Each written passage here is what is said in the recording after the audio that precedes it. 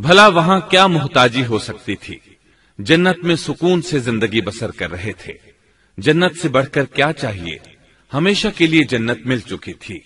اللہ تعالیٰ فرماتے ہیں، ان دونوں نے جب درخت کو چکھا، دونوں کا پردہ بدن ایک دوسرے کے روبرو کھل گیا، دونوں اپنے بدنوں پر درختوں کے پتے جوڑ جوڑ کر رکھنے لگے۔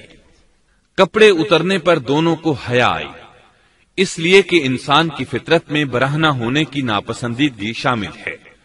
برہنہ ہو گئے تو کوئی لباس نہیں تھا، اس لیے درختوں کے پتے جوڑ کر جسم ڈھانپنے لگے۔ حدیث میں آیا ہے، آدم بھاگنے لگے تو اللہ نے پکارا، آدم مجھ سے بھاگتے ہو؟ آدم بولے، اللہ میں شرم کی بنا پر بھاگ رہا ہوں، اور اس وجہ سے کہ تیرے سامنے برہنہ کیسے رہوں، پھر یہ کہ نافرمانی کا ارتکاب بھی کر چکا ہوں۔ یہاں ایک سوال پیدا ہوتا ہے، دونوں میں سے پہلے کھانے والا کون تھا؟ اس بارے میں راجح قول یہ ہے کہ وہ حوا علیہ السلام تھی۔ انہی نے آدم علیہ السلام کو طمع دلاتے ہوئے اس غلطی پر آمادہ کیا تھا، جیسا کہ بخاری شریف میں نبی اکرم صلی اللہ علیہ وسلم نے فرمایا، اگر حوا نہ ہوتی تو کوئی عورت اپنے خاوند سے خیانت نہ کرتی۔ حوا علیہ السلام نے انہیں غلطی میں مبتلا کیا تھا۔ اگر حوا علیہ السلام نہ ہوتی تو آدم بھی خیانت میں مبتلا نہ ہوتے اور نہ معصیت میں مبتلا ہوتے۔ تب اللہ نے انہیں پکارا، کیا میں نے تم دونوں کو اس درخت سے نہیں روکا تھا، اور کیا یہ نہیں کہا تھا کہ شیطان تمہارا کھلا دشمن ہے؟ اب توجہ طلب بات یہ ہے کہ اس موقع پر دونوں نے کیا طرز عمل اختیار کیا؟ کیا وہ دونوں اپنی معصیت پر بضد رہے اور تکبر کرنے لگے، جیسا کہ ابلیس نے سجدہ کرنے سے انکار کیا تھا اور پھر لگا تھا اپنی معصیت پر اصرار کرنے، یا ان دونوں نے توبہ کر لی؟ جی ہاں، دونوں نے توبہ کر لی، جیسا کہ قرآن مجید میں آتا ہے، دونوں نے کہا، اے ہمارے رب، ہم نے اپنا بڑا نقصان کیا، اور اگر تو ہماری مغفرت نہ کرے گا اور ہم پر رحم نہ کرے گا تو واقعی ہم خسارہ پانے والوں میں سے ہو جائیں گے۔ اس قصے میں ایک سوال یہ ذہن میں پیدا ہوتا ہے کہ جب سیدنا آدم علیہ السلام کو ابلیس نے سجدہ نہ کیا تو اللہ تعالیٰ نے اسے مردود بنا کر جنت سے نکال دیا، پھر وہ سیدنا آدم علیہ السلام کو اس درخت کے قریب کس طرح لے گیا جبکہ وہ جنت سے باہر ہو چکا تھا؟ قرآن کریم میں اس بارے میں یہ الفاظ آئے ہیں، پھر شیطان نے ان کے دلوں میں وسوسہ ڈالا۔ یہ وسوسہ اس نے کیسے ڈالا جبکہ وہ جنت سے نکالا جا چکا تھا؟ مفسرین نے اس کے جواب میں لکھا ہے کہ اس نے جنت سے باہر رہ کر یہ وسوسہ ڈالا تھا، جیسے آج کل تار اور بغیر تار کے آواز کو دور دراز علاقوں تک پہنچایا جا سکتا ہے، ایسے ہی شیطان نے اپنی طاقت سے یہ وسوسہ ان کے دلوں تک پہنچایا۔ لگے ہاتھوں ابلیس کی حقیقت بھی سن لیں۔ ابلیس کے لفظی معنی انتہائی مایوس کے ہیں۔ یہ راندہ درگاہ ہونے کے بعد ہمیشہ ہمیشہ کے لیے اللہ کی رحمت سے مایوس ہو گیا تھا، اس لیے اسے یہ لقب ملا، ورنہ روایات کی روح سے اس کا اصل نام عزازیل تھا۔ پہلے یہ جنات میں سے تھا، اپنے رب تعالی کی اطاعت سے نکل کر ابلیس ہوا۔ اس کا علم ناقص تھا، مزاج ناپاک تھا، وہ غرور اور تکبر میں مبتلا ہو گیا تھا۔ یہاں یہ بات بھی ذہن نشین کر لیں کہ انبیاء خطا اور گناہ سے پاک ہوتے ہیں، ان پر اللہ تعالی کی مستقل حفاظت اور نگرانی قائم رہتی ہے۔ اگرچہ انبیاء بھی انسان ہوتے ہیں اور تمام انسانی تقاضے انہیں لاحق ہوتے ہیں، لیکن ان کے عمل اور ارادے میں کسی قسم کی بدی اور شر کا عمل دخل قطعاً نہیں ہوتا۔ ان کا ہر قول اور عمل بلکہ ہر حرکت اور سکون کی حالت بھی انسانیت کے لیے بہترین نمونہ ہوتے ہیں۔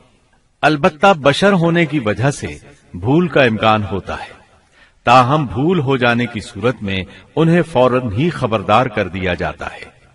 بھول ہو جانا بشری طبیعت کا خاصہ ہے۔ اللہ تعالیٰ نے ہر انسان کی فطرت میں یہ چیز رکھی ہے۔ انبیاء سے بھول چوک ہو جانے میں بھی اللہ تعالیٰ کی کئی ایک حکمتیں پوشیدہ ہیں۔ مثلا بہت سی قومیں اپنے نبیوں کے معجزات دیکھ کر ان میں ربوبیت کی صفات کی قائل ہو گئی، یہاں تک کہ بعض قوموں نے اپنے نبیوں کو اللہ یا اللہ کا بیٹا بھی جانا۔ جب انبیاء سے بھول اور لغزشیں ہوئیں تب گویا لوگوں پر یہ واضح کیا گیا کہ یہ الہ نہیں ہے۔ الہ ہوتے تو کس طرح ان سے بھول ہو سکتی تھی۔ اس سے یہ بتانا بھی مقصد تھا کہ انبیاء انسان ہی ہوتے ہیں، کوئی ماورائی مخلوق نہیں ہوتے۔ سیدنا آدم علیہ السلام کے واقعے پر غور کرنے سے یہ حقیقت مزید واضح ہو جاتی ہے کہ سیدنا آدم علیہ السلام کی یہ لغزش گناہ نہیں تھی۔ ممنوع درخت کا پھل کھاتے ہی سیدنا آدم علیہ السلام اور اماں حوا کا لباس اتر گیا تھا۔ اللہ کا حکم ہوا، قال اهبطوا، جنت سے اتر جاؤ، تم آپس میں ایک دوسرے کے دشمن ہوگے اور تمہارے واسطے زمین میں رہنے کی جگہ ہے اور ایک وقت تک نفع حاصل کرنا ہے۔ فرمایا تم وہیں زندگی بسر کرو گے اور وہیں مرو گے اور وہیں سے دوبارہ نکالے جاؤ گے۔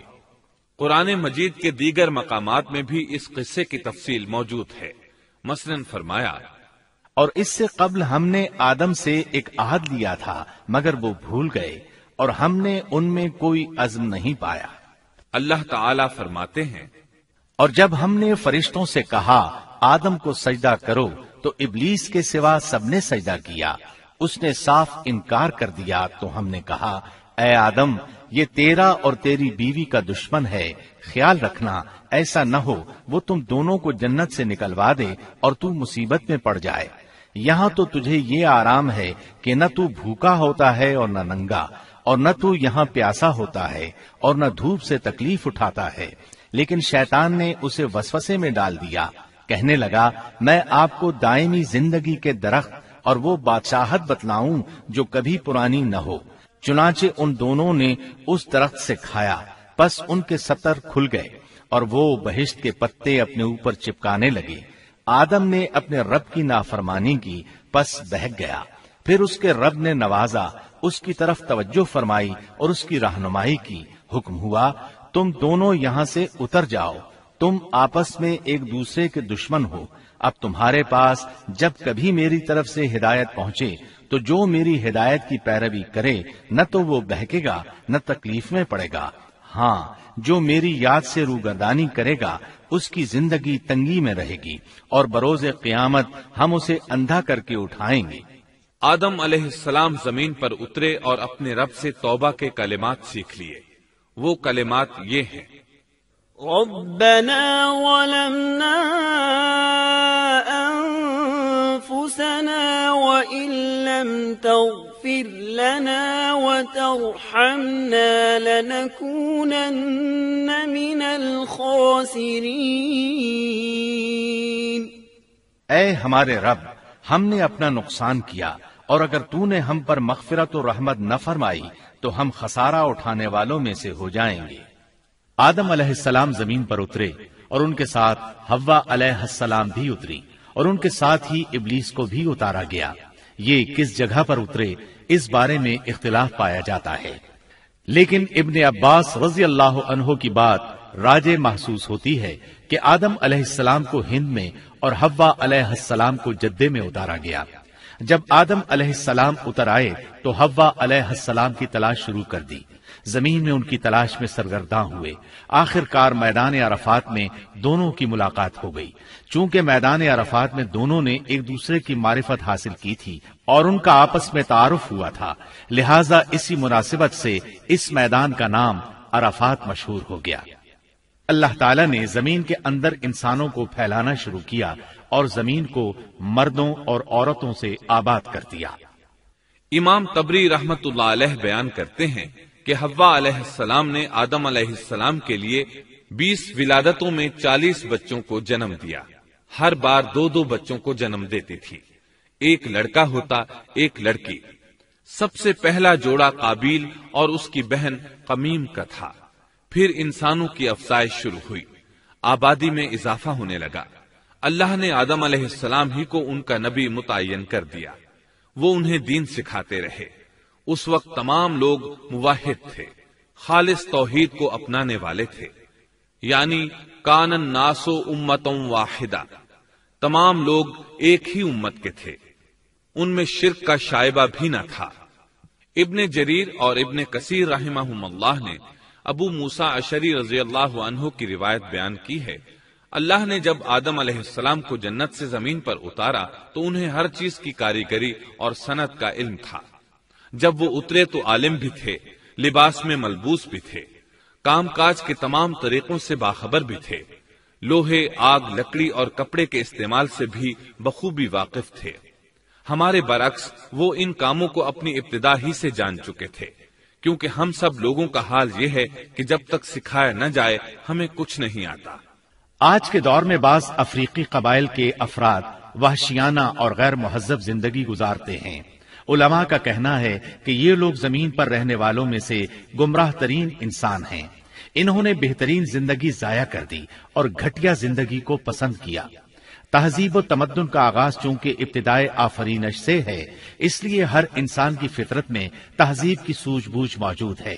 بہرحال آدم علیہ السلام کے بعد انسانی مخلوق کی تعداد روز بروز بڑھتی چلی گئی اور انسانی کمزوریوں کی بنا پر گناہ شروع ہو گئے۔